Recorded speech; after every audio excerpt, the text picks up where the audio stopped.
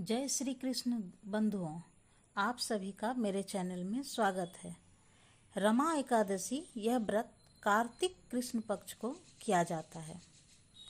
इस दिन भगवान विष्णु का नैवेद्य धूप दीप लगाकर पूजन करने के बाद प्रसाद बांटे एवं दक्षिणा दें। जो मनुष्य रमा एकादशी का व्रत करता है वो सभी प्रकार के पाप से मुक्त होकर विष्णु लोक को प्राप्त करता है। रमा एकादशी की व्रत कथा। प्राचीन काल में मुचुकुंद नाम का एक राजा था।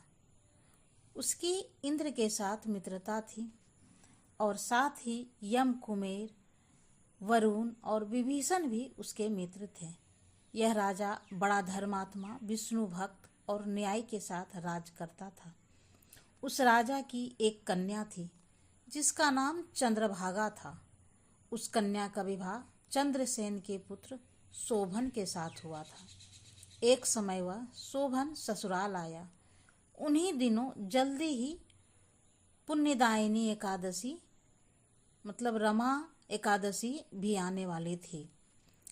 जब व्रत का दिन समीप आ गया तो चंद्रभागा के मन में अत्यंत सोच उत्पन्न हुआ कि मेरे पति अत्यंत दुर्बल हैं और मेरे पिता की आज्ञा अति कठोर है।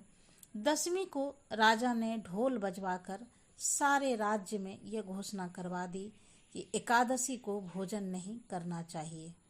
ढोल की घोषणा सुनते ही शोभन को अत्यंत चिंता हुई और अपनी पत्नी से कहा कि हे प्रिय, अब क्या करना चाहिए?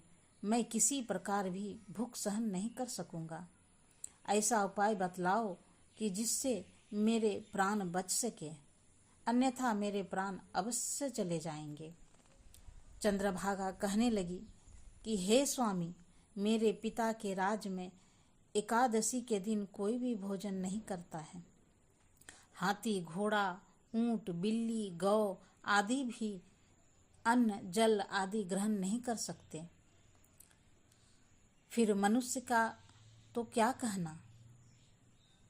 यदि आप भोजन करना चाहते हैं तो किसी दूसरे स्थान पर चले जाइए, क्योंकि यदि आप यहीं रहना चाहते हैं तो आपको अवश्य व्रत करना पड़ेगा। ऐसा सुनकर शोभन कहने लगा कि हे प्रिय, मैं अवश्य व्रत करूंगा। जो भाग्य में होगा वह देखा जाएगा।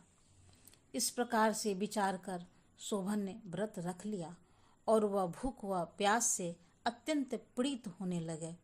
जब सूर्य नारायण अस्त हो गए और रात्रि को जागरण का समय आया, जो वैष्णवों को अत्यंत हर्ष देने वाला था, परंतु शोभन के लिए अत्यंत दुखदायी हुआ। प्रातःकाल होते होते शोभन के प्राण निकल गए। तब राजा ने सुगंधित काष्ठ से उसका दाह संस्कार करवाया, परंतु चंद्रभागा ने अपने पिता की आज्ञा से अपने शरीर को दग्ध नहीं किया और शोभन की अंत्येष्टि किया। क्रिया के बाद अपने पिता के घर में ही रहने लगी।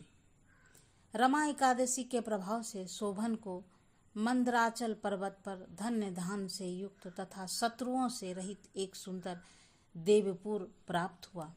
वह अत्यंत सुंदर रत्न और वैदूर्य मणि, जटिल स्वर्ण से के खंभों पर निर्मित अनेक प्रकार के स्फटिक मणियों से सुशोभित भवन में बहुमूल्य वस्त्राभूषणों तथा छत्र व चंबर से विभूषित गंधर्व और अप्सराओं से युक्त सिंहासन पर आरूढ़ होकर शोभायमान होता था, मानो दूसरा इंद्र विराजमान हो। एक समय मुचुकुंद नगर में रहने वाले एक सोम सर्वा नामक ब्राह्मण तीर्थ यात्रा करता हुआ घूमता घूमता उधर जा निकला और उसने शोभन को पहचान कर कि यह तो राजा की जमाई शोभन है, उसके निकट गया। शोभन भी उसे पहचान कर अपने आसन से उठकर उसके पास आया और प्रणाम आदि करके कुशल प्रश्न किया। ब्राह्मण ने कहा कि राजा मुचुकुंद और आपकी पत्नी कुशल से है। नगर में भी सब प्रकार से कुशल हैं, परंतु हे राजन, हमें आश्चर्य हो रहा है। आप अपना वृतांत कहिए कि ऐसा सुंदर नगर जो न कभी देखा न सुना, आपको कैसे प्राप्त हुआ। तब शोभन बोला कि कार्तिक कृष्ण की रमा एकादशी का व्रत करने से मुझे यह नगर प्राप्त हुआ, परंतु यह अस्थिर है। यह स्थिर हो जाए ऐसा उपाय कीजिए। ब्राह्मण कहने लगा कि हे राजन, यह स्थिर क्यों नहीं है और कैसे स्थिर हो सकता है, आप बताइए, फिर मैं अश्वमेघ व उपाय करूँगा। मेरे इस बात को आप मिथ्या न समझिए। शोभन ने कहा कि मैंने इस व्रत को श्रद्धा रहित होकर किया है, अतः यह सब कुछ अस्थिर है। यदि आप मुचुकुंद की कन्या चंद्रभागा को यह सब वृतांत कहेंगे तो यह स्थिर हो जा सकता है। ऐसा सुनकर उस श्रेष्ठ ब्राह्मण ने अपने नगर लौटकर चंद्रभागा से सब वृतांत कह सुनाया। ब्राह्मण ने वचन सुनकर चंद्रभागा बड़ी प्रसन्नता से ब्राह्मण से कहने लगी कि हे ब्राह्मण, यह सब बातें आपने प्रत्यक्ष देखी है या स्वप्न की बातें कर रहे हैं। ब्राह्मण कहने लगा कि हे पुत्री, मैंने महावान में तुम्हारे पति को प्रत्यक्ष देखा है, साथ ही किसी से विजय न हो ऐसा देवताओं के नगर के समान उसका नगर भी देखा है। उन्होंने यह भी कहा कि यह स्थिर नहीं है, जिस प्रकार वह स्थिर रह सके सो उपाय करना चाहिए। चंद्रभागा कहने लगी, हे विप्र, तुम मुझे वहाँ ले चलो, मुझे पतिदेव के दर्शन की तीव्र लालसा है।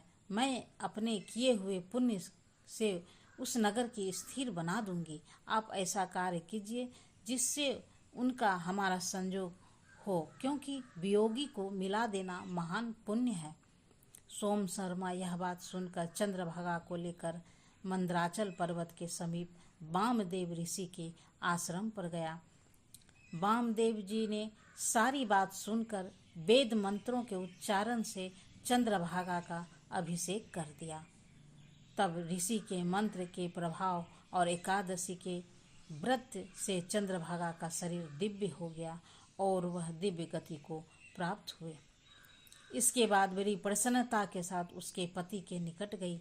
अपनी प्रिय पत्नी को आते देखकर शोभन अति प्रसन्न हुआ और उसे बुलाकर अपनी बाईं तरफ बिठा लिया। चंद्रभागा कहने लगी कि हे प्राणनाथ, आप मेरे पुण्य को ग्रहण कीजिए।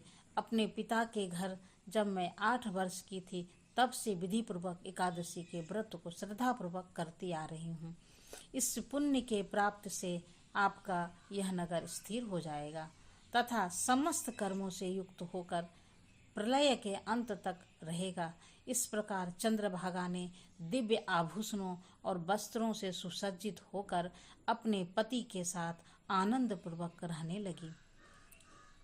हे राजन, यह मैंने रमा एकादशी का महात्म्य कहा है।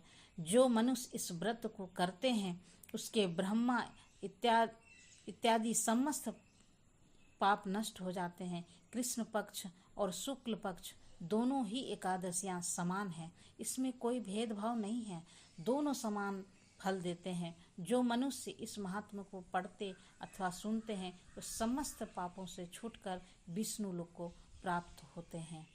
धन्यवाद।